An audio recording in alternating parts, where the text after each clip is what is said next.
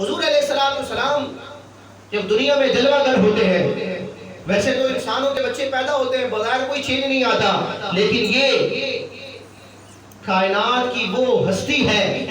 جو نبیوں کی بھی سید و سرور ہے، جو رسولوں کے بھی رسول ہے، جو نبیوں کے بھی نبی ہے، بلکہ ساری کائنات کی اصل ہے کہ یہ نہ ہوتے تو کچھ نہ ہوتا۔ رب فرماتا ہے محبوب اگر تمہیں پیدا کرنا مقصود نہ ہوتا، میں زمین و آسمان نہ بناتا، میں اپنا رب ہونا ظاہر نہ کرتا، یعنی مخلوق ہی نہ پیدا کرتا اگر تمہیں پیدا کرنا مقصود نہ ہوتا۔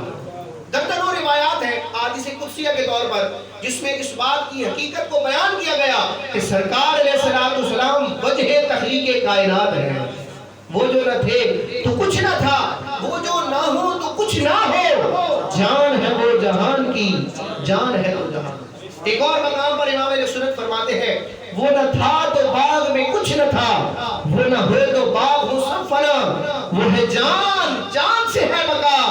وہی بن ہے، بن ہی سے بار ہے۔ بن کہتے ہیں جڑ کو اور بار کہتے ہیں پھل کو۔ وہی درخت پھل دیتا ہے جس کی جڑ سلامت ہو، اور اگر جڑ کاٹ دی جائے تو درخت ہی خشک ہو جاتا ہے، پھل کہاں کا۔ تو اعلیٰ نے فرماتے ہیں کہ وہ نہ تھا تو باغ میں کچھ نہ تھا، حضور نہ تھے تو کائنات ہی نہیں تھی، کائنات کی رونق، کائنات کا وجود ہی نہ تھا۔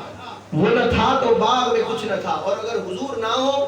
کائنات سے حضور علیہ السلام کی ذات کو اگر منہا کر دیا جائے تو کچھ نہیں بچے گا، کیونکہ اس کائنات کی بزم کی بقا یہ پیارے مصطفیٰ علیہ السلام کا وجود ہے۔ وہ نہ تھا تو باغ میں کچھ نہ تھا، اور وہ نہ ہو تو باغ ہو سب فنا، وہ ہے جان، حضور جان ہے کائنات کی، جان کائنات ہے، وجہ تخلیق کائنات ہے، وہ ہے جان، جان سے ہے بقا، وہی بن ہے، بن ہی سے بار ہے، حضور ہی کائنات کی اصل ہے، حضور ہے تو کائنات کی بہار ہے۔